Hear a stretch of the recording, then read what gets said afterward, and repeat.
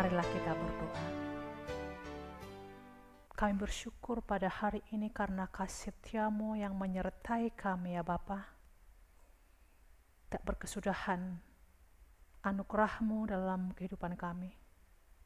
Kami memuji muliakan Engkau pada hari ini dan seterusnya. Kami rindu Engkau hadir di tengah-tengah kehidupan kami, melawat kami.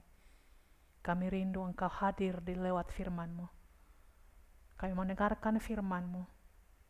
Biarlah kuasa Roh Kudus-Mu yang memateraikan firman dalam hati kami, sehingga kami dapat hidup di dalam kuasa-Mu. Dalam nama Yesus Kristus kami berdoa dan mengucap syukur. Amin. Bapak, Ibu, Saudara yang dikasihi Tuhan Yesus Kristus, firman Tuhan buat kita di awal minggu ini tertulis dari kitab Yesaya pasal 40 ayat yang ke-29. Demikian firman Tuhan. Dia memberi kekuatan kepada yang lelah dan menambah semangat kepada yang tiada berdaya. Dia memberi kekuatan kepada yang lelah dan menambah semangat kepada yang tiada berdaya.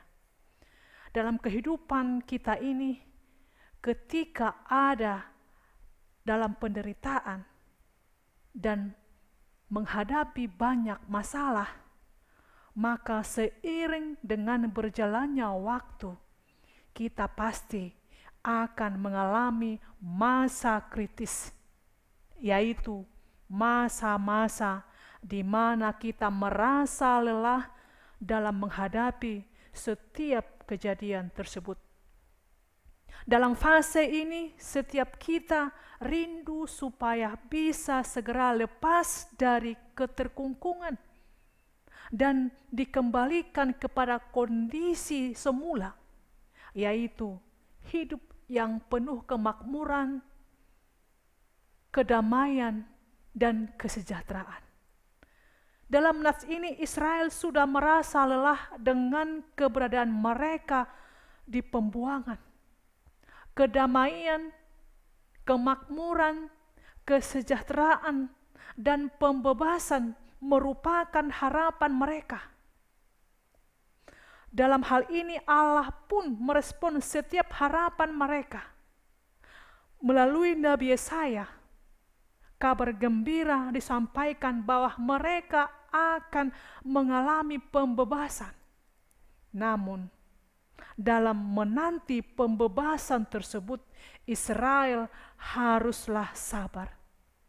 Jangan lelah dalam menanti, sebab masa itu akan tiba berdasarkan rencana dan waktu Tuhan. Mereka berharap bahwa pembebasan itu segera datang. Tetapi pembebasan itu terjadi hanya apabila Tuhan sudah menghendakinya.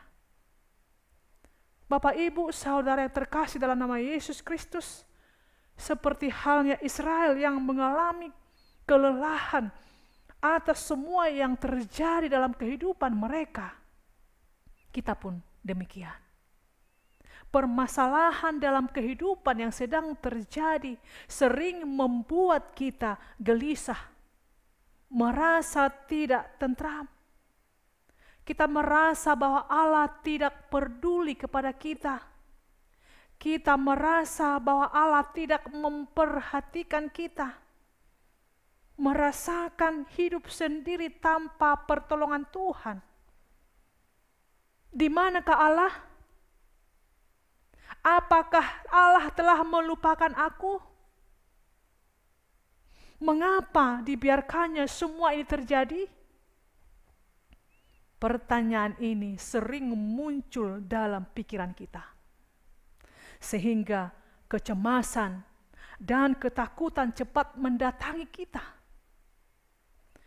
Jika kita berada dalam kondisi ini, apa yang harus kita lakukan?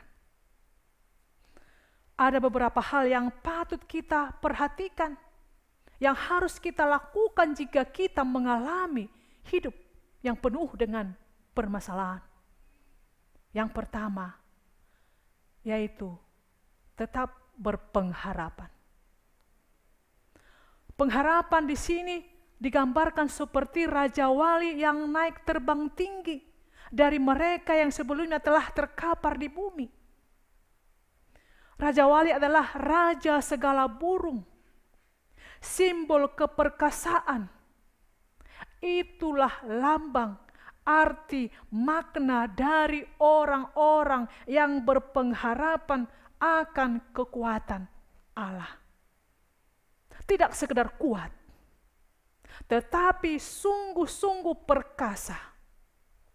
Pengharapan membawa keperkasaan. Pengharapan adalah kekuatan ekstra. Kekuatan di tengah-tengah kelesuan.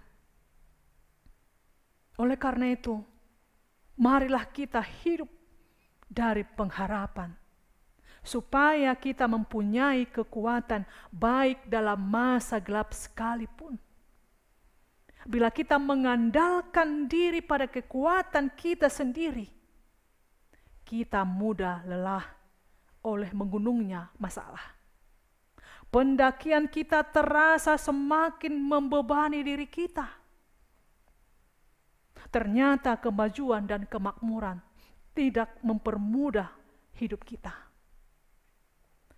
Tetapi bila di dunia ini idealisme yang tertanam kuat pada diri seseorang dan itu menjadi andalannya, maka bagi kita pengharapan akan pertolongan Tuhan membebaskan dapat menjadi kekuatan yang melebihi segala ideologi manusia. Pengharapan akan pertolongan Tuhan yang memberi kekuatan baru adalah sesuatu yang pasti. Seperti matahari terbit besok, demikianlah pengharapan bagi orang-orang yang percaya.